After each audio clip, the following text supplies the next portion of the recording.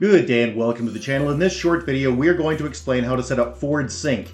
That is specifically Ford Sync 4. That's the version that's in the electric F-150 Lightning. It's in my 2022 Ford Mach-e that I just purchased.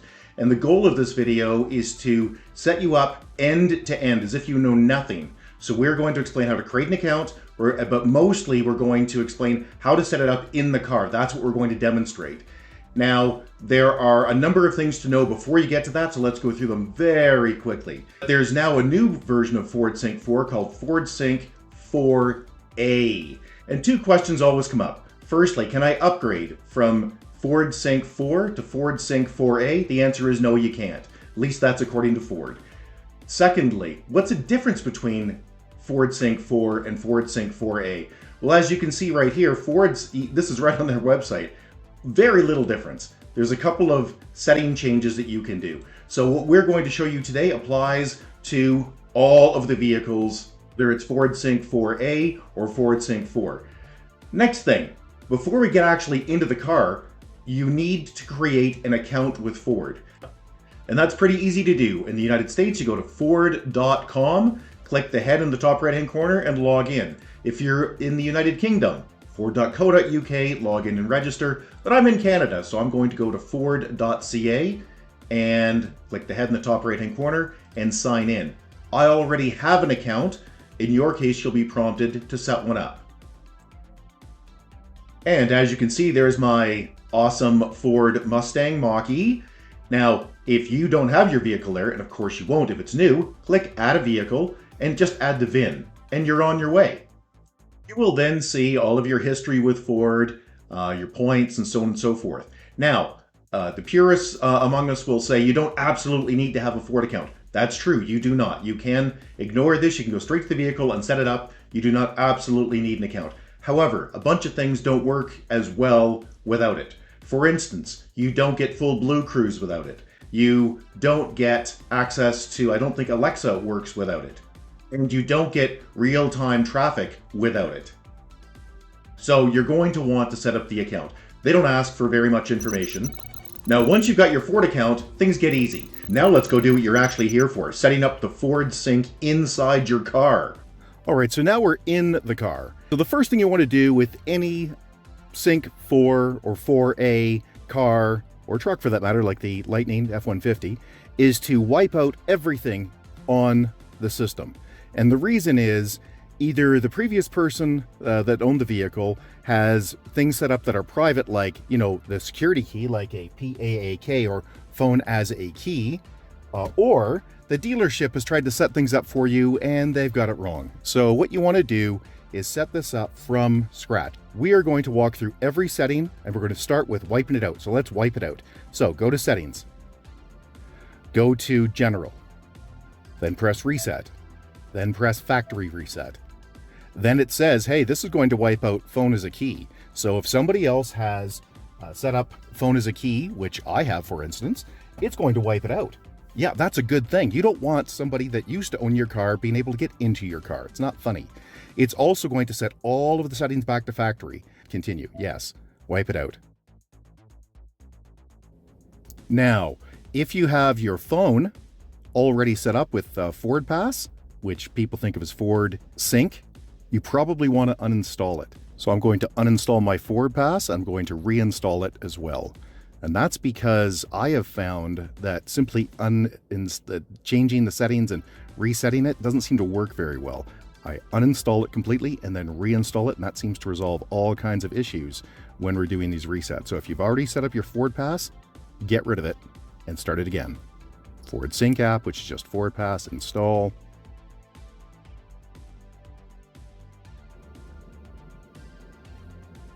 Yes, use connected services. Congratulations, yay. And you can swipe down to have it refresh.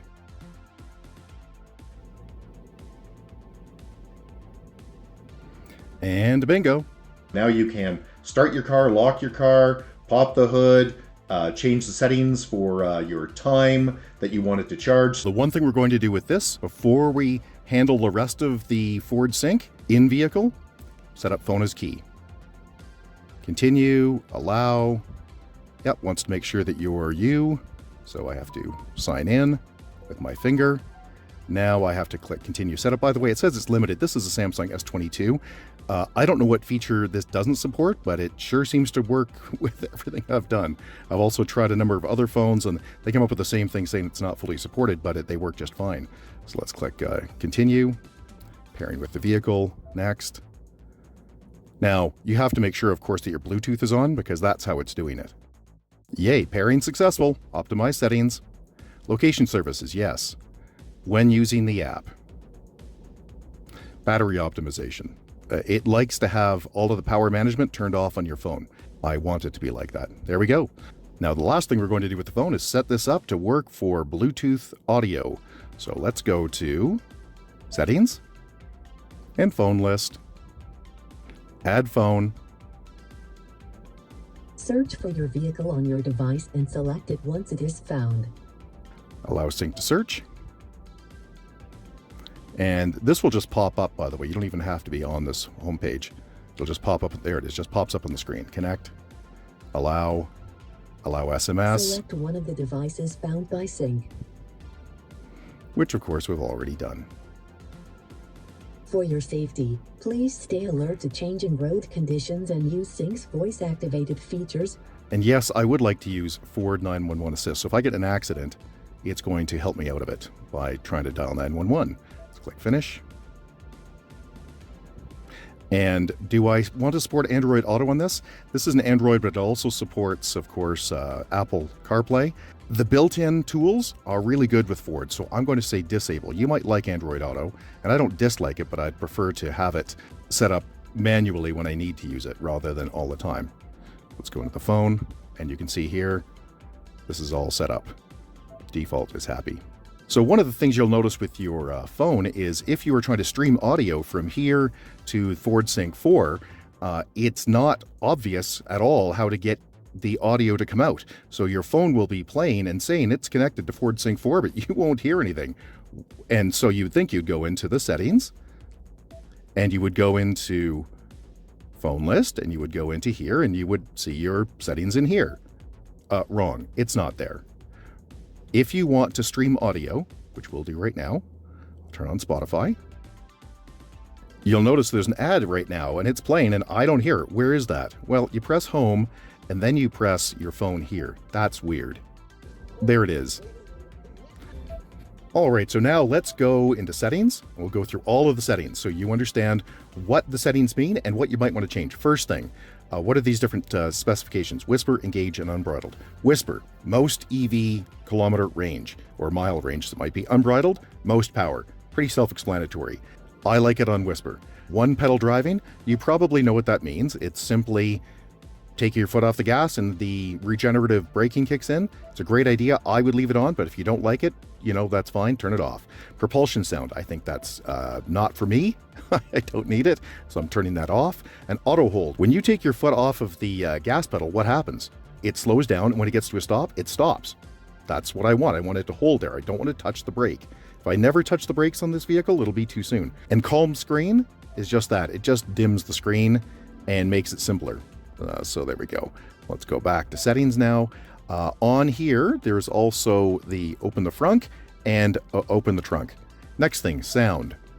Nothing much to change in here, at least for me. You may want to play with it, but this is your typical stereo stuff. Other than speed compensation, it defaults to medium. Add phone, you can do just that. We've already shown you that. Driver assistance is all of the things like lane keeping and so on and so forth. Auto hold, we just showed you. Yes, it's in here twice. Adaptive cruise control, do you want it to be turned on? Do you want lane centering with hands-free? Do you want activation prompts for it to tell you things? Speed sign recognition, so if you're going through an unexpected reduced speed zone, say because of construction or an accident or something, and there are signs up, do you want it to read them? I sure do, so I would leave that on. Really handy. Tolerance, this is important. How much over the speed limit do you want to drive if you're in adaptive cruise? Well, by default, it's 8 kilometers or 5 miles per hour. That's actually about right for me, so I'm going to leave it, but you might want to turn it up. You might even want to turn it down a bit so you can just slide it. Lane keeping system.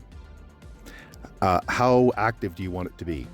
So do you want it to help you from Drifting in and out of the lane, or do you just want to drive the freaking vehicle? I like it on. For me, this is about right. Pre-collision, that's your frontal avoidance.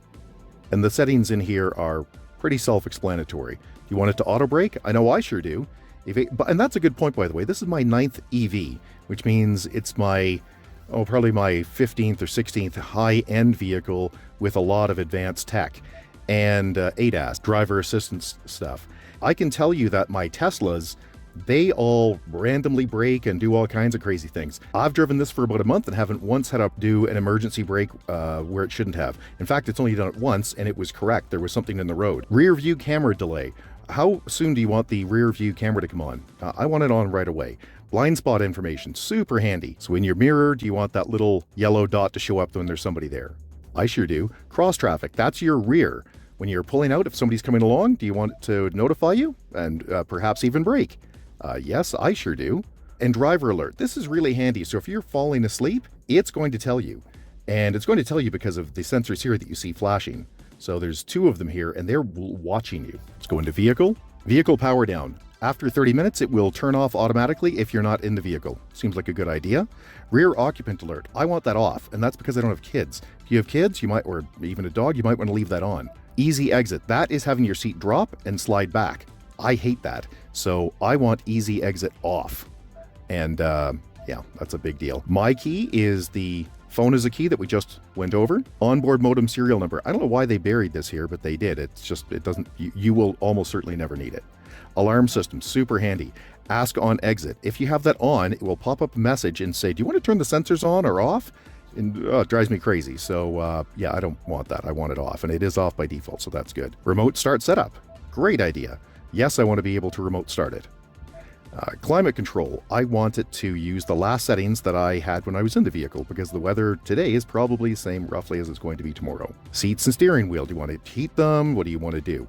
Yep, and we can set it. So let's leave it the way it is. Windows, same kind of obvious stuff. Remote open, remote close. Yes, you can use your key fob to remote open and close your windows.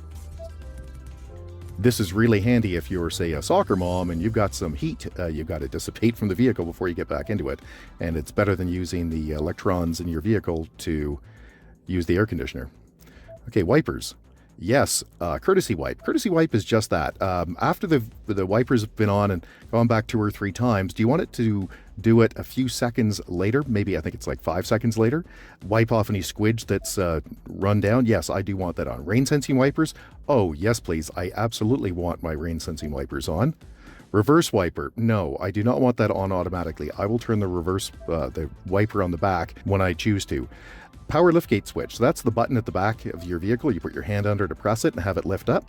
Have it open. Do you want that on or off? I'll just leave it on. Lighting. So automatic high beams. Oh, yes, indeed. You bet I want that. And I want it to detect the oncoming vehicles and drop down. Such a great feature. Welcome lighting. Also really nice. In my case, because it's a Mustang, it will project down the little Mustang logo, which is kind of cool. Auto lamp delay. How many seconds do you want this on for? 20 seconds, we'll wait. Locks. Auto unlock. Walk away lock. What a great idea. Yeah, so when you walk away, it just automatically locks. In this vehicle, my Teslas, the Cadillacs, all the vehicles I've owned in the last 7 or 8 years, auto lock is such a great feature. I don't unlock the doors when I walk up to it because it picks it up from the Bluetooth, or in some cases I have to carry a key fob, but for the Fords, it just does it through the phone, and all I carry now is my phone. I don't carry the key fob ever. When I walk up to it, it unlocks the vehicle. When I walk away from it, it locks the vehicle. Yes. Audible feedback. Do you want it to go bloop, bloop? No, I don't want it to do that. And when you run a remote unlock, do you want it to unlock everything or just the one door? Nah, we'll have it do them all. Mirrors. What I want them to do is I want them to autofold. Have them fold in automatically. Door keypad code. This is really handy. Again, let's take the soccer mom logic, or dad, or hockey dad, or whatever. You don't want to give your kid the key fob because they're going to lose it. And you don't want to set them up as phone as a key because you don't want them driving it. But it sure would be nice to have somebody be able to just get in the vehicle. So I'll just set mine randomly. It has to be a 5-digit code. And that is the code that's on the door pillar, better known as the B pillar outside the vehicle. That's pretty cool. I'm going to enter that. Let's go back. Tire mobility kit. Basically, how old is the kit that's in the vehicle? Now, in my case, it is 3 years remaining on it. So that's good. Backup start passcode. Super handy. That means I can start the vehicle up just with a code. I don't need a fob or the phone. I do need them to set it up, but that's all. That's handy. I'm not going to set that up right now, mostly because you're watching. Brake coach. Do you want it to tell you that you're braking too hard or how you can brake better in the future but to get more regenerative braking? Sure, I'll leave that on. Low battery alert. Where do you want that? I don't want it at 50 kilometers, which I think is the normal default. I want it set to 30 kilometers, which is about 20 miles. So at 20 miles, it's going to pop up and say, dude, you're running low. EV driving history, you can reset. Neutral tow. This allows the vehicle to be towed by disengaging the electric motors, so you don't burn them out when it's being towed. Next, general. Language. Celsius is what I want. I want it in kilometers per hour, not miles per hour. Measurement. Kilometers, and yeah, this is all Canadian stuff. You're in the States or in the UK, you're going to want to change that. Touchscreen beep. Yeah, I don't mind the beep. About sync. This is just the version we're running. Software licenses, same kind of thing. Nothing interesting there. Submit feedback. If you want to tell Ford something about your vehicle, you can do it through this feedback form. I'm not going to. Brightness. How bright do you want this display to be? Yeah, default's fine for me. And instrument cluster. That's that guy. Do you want that to be dark or light? I want it to be dark. And the center display, which is this one, I want it to change at night. So it'll change automatically. Time of day, that's happy. 24-hour mode, no, I don't want to use military time, I just want to use my own. And do you want it to update automatically? Yeah, sure, of course I do. Ambient lighting, this is really cool. So basically, there's a bunch of LEDs that are in the vehicle, primarily pointing down, and you can change the colors and you can change the intensity, better known as the brightness. So as it shows here, you can change the colors. So I like it to be blue, so I will set it to that. Let's go to connectivity, connected vehicle features. Vehicle connectivity. This vehicle has Blue Cruise, so you can use it for this. It's wonderful. Share the vehicle data. You bet. I want Ford to have all the vehicle data from this to make everybody's driving better. You might not want to, but I do. Same thing with the driving data. This passes the information on to Ford, and that's really important to get these vehicles to be better and better and better. I'm also going to share the vehicle analytics. Most people won't want to do that, but I do. Speech recognition feedback, sure. Let's send them all of the information. Now, I'm a computer tech, so I care about this stuff. You may not. Ford Assistant. Yes, I do want to use the Ford Assistant. And that's a great thing for all the hands-free functions. That's the button on your steering wheel. Do you want to upload your phone contacts to Ford? And my answer is yes, and here's why. It's because it will let you dictate names in. And so yes, I do want to push this up to Ford. There we go. Now it doesn't take the numbers, it's just names. So there's no real privacy there. I have no time for Sirius XM, 360 or otherwise, so I'm just going to turn that off. Bluetooth. What do we want to call this vehicle? Well, mine's the Mustang Mach-e. Yeah, I'm not really so sure about that. I'm going to change mine to the Mach-Stang. And when you're in these screens where you're changing things, you press the enter down here, just like a keyboard. Manage Wi-Fi networks. Do you want to connect this to your house or, in your office or anywhere else? View all available networks.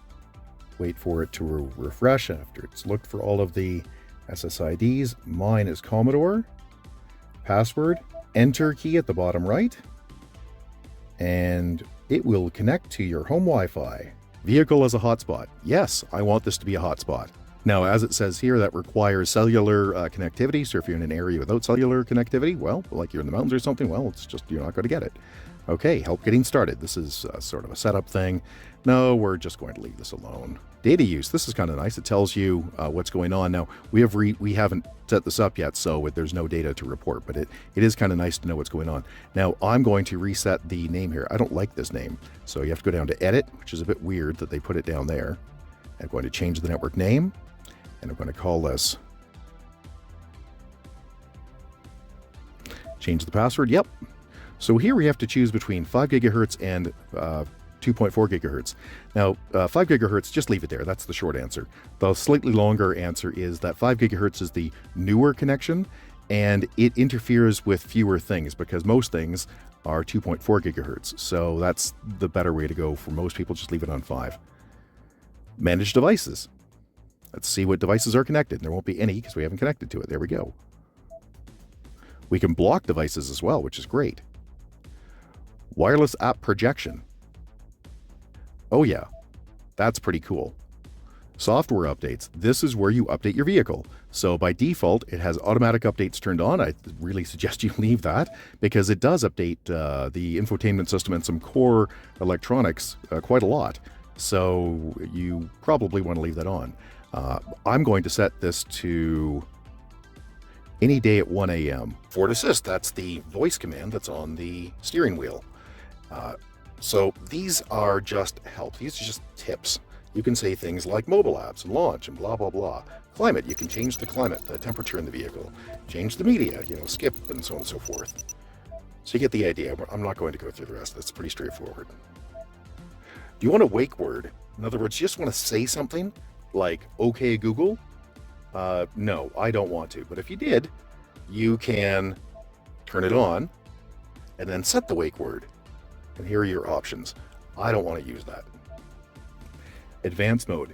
You probably want to turn that on. I know I do. So what that does is reduce the number of prompts that you get. So, when you press the voice command on a lot of vehicles and it then gives you a lot of instruction on how to use it rather than just letting you use it? Yeah, well, it turns all that off. Phone confirmation, same kind of thing. No, I do not want it to ask me again and tell me again who the person is that I'm calling. No, thank you. Voice command lists. Do you want it to display on here a bunch of lists when you're making a voice command? Sure, it's a good idea. Doesn't cost anything. Why not? Amazon Alexa.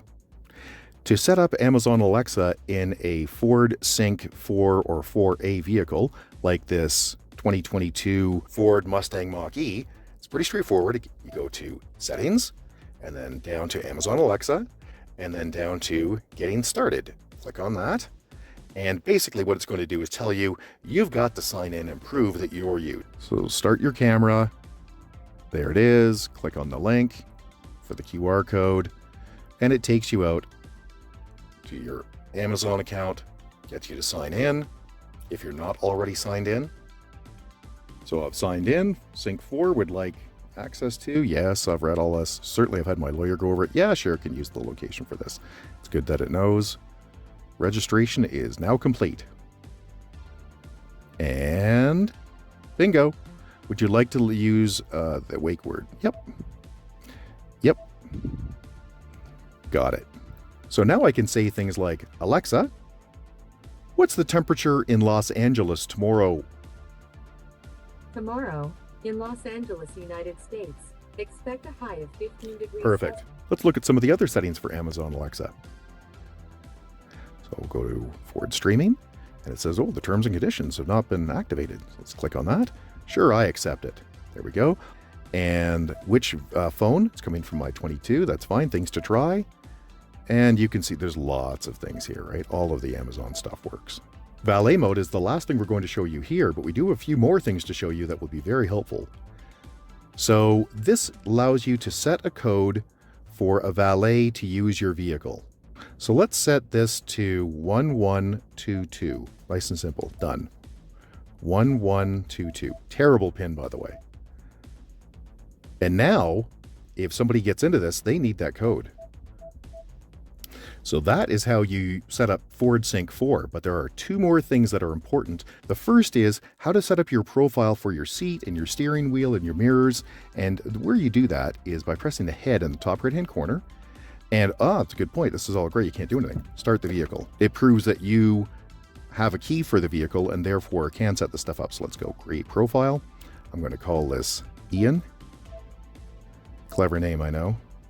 Which seat button? I want that seat button to be me. Set. Sweet. I want to use the electric icon, so that's what'll show up here in a minute. You could use the pony or Ford or whatever else you want. Do you want to tie that profile to that specific key fob? No, I don't really need to do that because I'll never have the key fob because I use the phone. To link Ian's profile with a phone, press the vehicle lock button on the mobile application. Click continue here. Press the vehicle lock button on the mobile app. That's that one. There it is, successfully linked. So now it knows when this phone shows up that it's Ian. Done. Now, a question that often comes up is, how do you do a proper reset on this, like a reboot on this? In other words, you don't want to kill the settings, you just want it to start clean. Well, what you do is you press the volume button down, and you press the next button, on the steering wheel. So volume down, and you press and hold both of these at the same time. There it is. And now I can let go. So once again, to do a reboot of Sync 4, where you're not affecting the settings at all, you're just restarting everything to clear it out, press the volume down and the skip ahead button, and it will reset. So the second last thing I want to show you is how to set the maximum charge capacity for your battery. You should default it to about 80%. Tesla says 80, Ford I think says 85%. Unless you're driving on long distance travel, you should not charge it beyond 80 because lithium ion, it's like trying to fill up a balloon. When it gets near the end of the battery, it takes more electricity to fill that up, so you're going to spend more money, but also it's damaging the battery.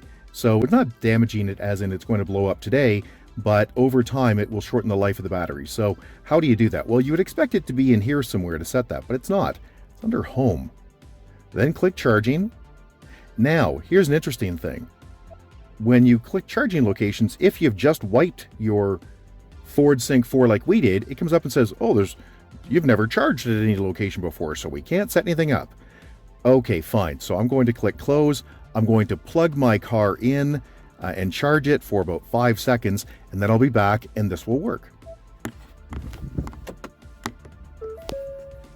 So I've charged this for 5 seconds now, so I can go to Charging Locations, and there it's got something. Isn't that nice? Let's click on that.